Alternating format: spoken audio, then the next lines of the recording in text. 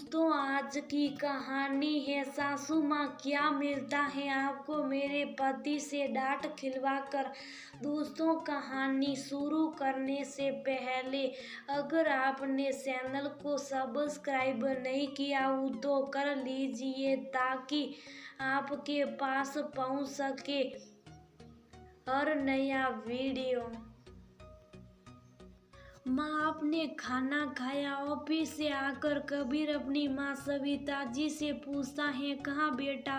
बहू देगी तभी तो खाऊंगी। कब से बहू को आवाज दे रही हो कि मुझे जल्दी से खाना दे दे, दवा खाना है, पर सुनती ही नहीं है। पता नहीं 24 घंटे मोबाइल पर किससे बातें करती रहती है। बेसारंगी का भाव चेहरे पर लाते हुए सविता जी कहती है, माँ की बेसारंगी देखकर कबीर गुस्से से अपनी पत्नी अनु को आवाज लगाता है, अनु अनु।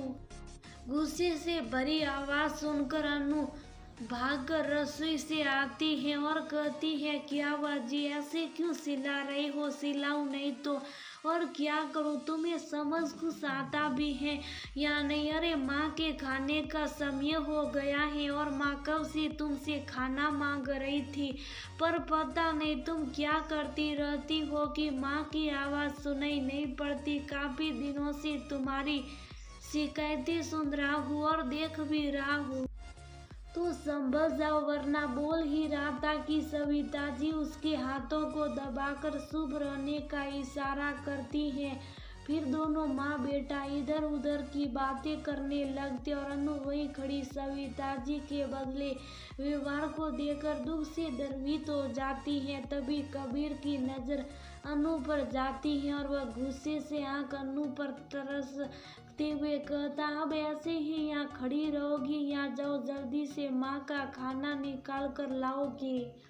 अरे ले आएगी खाना बेटा, तू शांत हो जाए। एक तो बाहर का टेंशन और ऊपर से घर में कदम रखते ही घर का टेंशन, कितना कुछ संभालेगा तू? सविता जी बेटे को देखते हुए कहती है। सविता जी का ऐसे आग में घी डालते हुए देखकर अनु की आंखों से आंसू छलक पड़ते हैं और वह रोते हुए कहती है, माँ जी क्या मिलता है आपको झूठ बोलकर और इनसे डांट खिलवाकर? मैं अभी आपसे खाने के लिए पूछ कर गई थी और आपने क्या कहा था?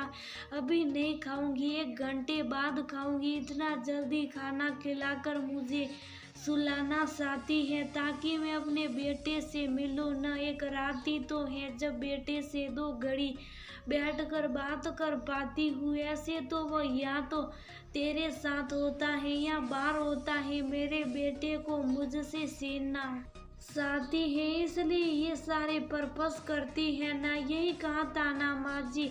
याद आया कुछ यहाँ और याद दिलाऊं और आपकी जानकारी के लिए बता दूं कि आपका बेटा आज भी आपका ही बेटा है माँ जी, इसलिए तो हमेशा आपके साथ ही रहते। कितना झूठ बोलेगी बहू तू? कुछ तो शर्म कर। मैंने कब कहा था ऐसा जो तू कुछ भी बोले जा रही है? अरे भगवान से डर, भगवान से रोनी सूरत बनाते हुए सविता जी कहती हैं, माँ जी मैं तो भगवान से डर ही रही हूँ, पर आप तो कभी सच बोलना सीख लीजिए। थक चुकी हूँ मैं आपके मुंह से अपनी शिकायतों भरा उलाना सुन सुनकर। आपने किस किस को नहीं कहा होगा मेरी शिकायतें? मुझे सब मालूम है। घर परिवार नाते रिश्तेदार का नहीं बोला है मेरे बारे में, यहाँ तक कि काम वाली बाई तक को नहीं छोड़ा आपने माँ जी।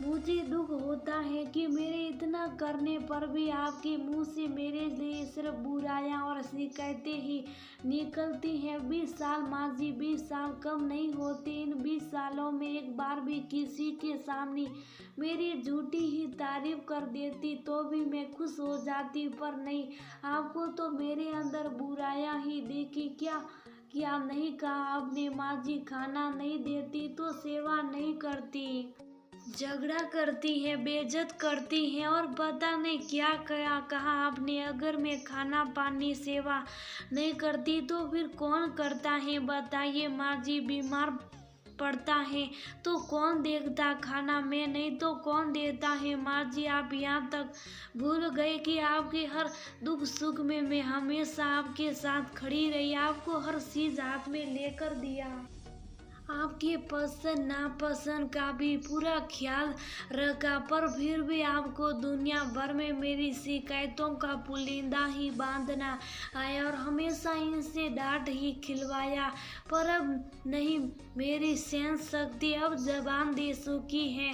आज से मैं आपका एक भी काम नहीं करूँगी। हाँ, खाना पीना बना कर रख दूंगी, आगे आपकी मर्जी, आप कब खाएगी नहीं खाएगी। और हाँ माँ जी, अगर आप बीमार भी होगी तो अपना इंतजाम कर लीजिएगा, मुझसे अब ये सब नहीं होगा, बेहतर होगा। अब मुझसे किसी भी चीज की उम्मीद मत रखिए। ऐसा कहकर अनु अपने कमरे में चली जाती है और सविता जी मुंह देखती रह जाती है। सविता जी और कबीर को बिल्कुल उम्मीद नहीं थी कि अनु ऐसा कुछ बोलेगी, क्योंकि आज तक तो वो हमेशा मुंह पर ताला लगा कर रखती थी। चाहे कोई कुछ भी बोले, कुछ पल पूरे घर में खामोशी सा जाती है। फिर कबीर अपनी माँ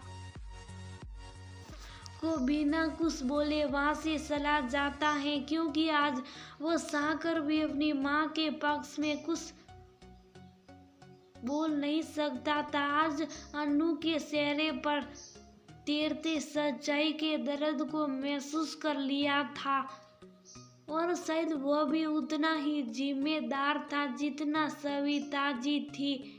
उस दिन के बाद से कबीर सविता जी का ज्यादा से ज्यादा काम किया करता था, और सविता जी भी अब अनु की शिकायत करना छोड़ दी थी।